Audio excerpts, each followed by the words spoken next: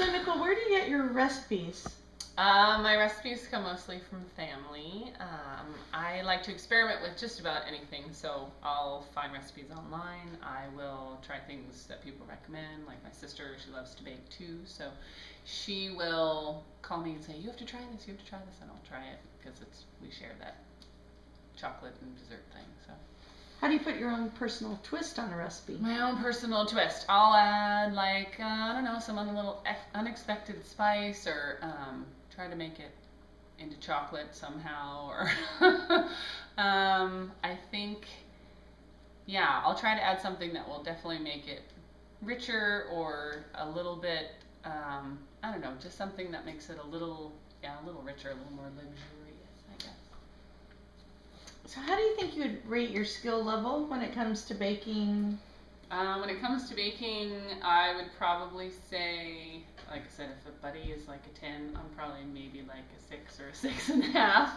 I don't have a Rolodex of recipes in my brain. My go-to this cake, my go-to that cookie, I don't have that, but it's something that I'm working on. So, but I think as far as decorating a cake, I would say maybe a 7. I'm gonna go with that, 7.5. I'm my own worst critic, so other people might give a different story. How about pastries and desserts? Desserts, I think I do a pretty good job, but again, I follow a recipe, so, I think they turn out. Some people follow a recipe and nothing ever turns out, so they turn out and I get good reviews and I like it. So I'm going to say, I guess, desserts maybe an 8, 8.5. You guys eat it, so, but pastries, I don't have the gift for pastries for complex, delicate, intricate, beautiful, little, delicious things. Pastries, I'm thinking like cookies are probably as crazy as I get. Okay, how would you rate your decorating skills when under time constraints? When under time constraints, what it comes down to is that I will do whatever it takes to get the cake done. If I'm up all night, if I'm running around like a crazy person, whatever it might be. I usually have to plan how I am decorating a cake based on my schedule, because I work and I have kids and I'm involved in all these other activities, and but I'll plan it out. I know if I have a cake coming up for someone, I will bake on this day, make my buttercream this day, and plan it out. That way, I usually get the most work done when it's quiet. I can function with madness, but if my kids are shaking the table, it makes me a little crazy. So 2 in the morning is not bad if I'm in a time crunch, or when they're at school. Are you usually happy with the end results of your cakes? I am usually really happy with the end result. If I'm working on something and I'm not happy with it in the process, I'll take it apart and start over, because I know what I expect from myself. Again, I'm my own worst critic, and I am not going to turn over a cake that looks like garbage, because the best part of making a cake for someone is their reaction. When they look and they go, "Oh my gosh, that's amazing," because you're creating a memory for them, whether it's for a birthday or a graduation or a wedding or some special occasion. The cake is part of that, and that's a huge responsibility. So I'm not going to turn in something that looks like junk. What, in your opinion, makes a great cake baker decorator? I think their willingness to do that, to do whatever it takes to get the client, I guess I'd call them, the client exactly what they're looking for. And you have to listen and watch what their emotion is when they're talking about, "Oh, I really like la la la." You know what's important to them. And that's something you need to focus on. And instead of putting your agenda as a baker or a decorator ahead of what the client wants, you have to focus on them, because it's all about them. What do you think makes someone a bad baker or decorator? I think if you are not putting your best effort and heart into every cake, and you're not taking your client seriously. You are, of course, can offer creative suggestions, knowing what works, what doesn't work, but if ultimately you're not honoring that commitment to your client and their expectation, it's not a good thing. Okay.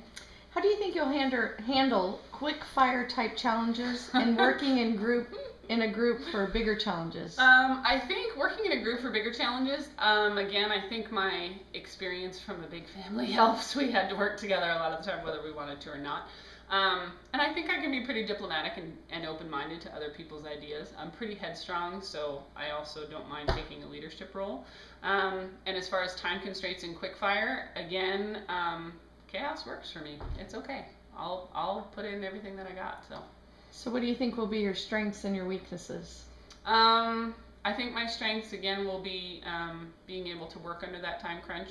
That doesn't concern me at all. Some people shut down after they hit a certain point of stress or anything like that, but I think already having started a business and kind of gone through those things and dealt with stuff on the fly that I could not possibly plan for, I think that works in my favor. Okay. What kind of role do you usually play in groups? That's hard. I think I am a pretty good leader.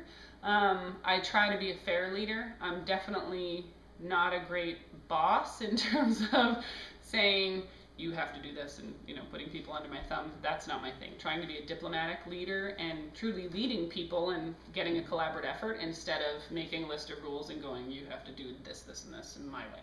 So I think that I generally am a leader. Are you competitive in nature? Oh, I'm completely, absolutely competitive. Yeah, I'm very competitive. I played competitive sports all growing up. Was always academically very competitive, a little catty at times.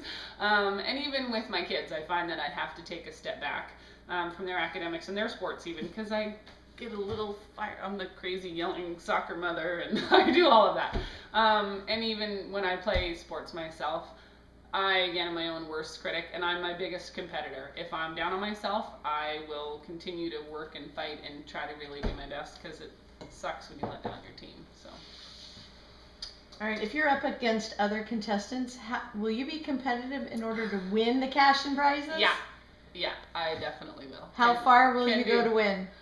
I'm not going to do anything deceitful or underhanded, because that's brutal. That's not a good win. I will work hard and put in my best effort and fight with integrity.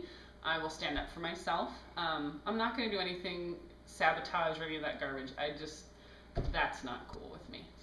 So you play fair. I play fair, but I play rough. There you go. All right. How do you handle stressful situations? How do you react when there's stress? Again, I'm pretty emotional, but under stress, depending on what it is, I have a little bit of a frenzy, and then I go, okay, I need to make a plan, and I'll make a plan and I execute it, and that will help me get through whatever is on my plate or overwhelming at the time. Okay.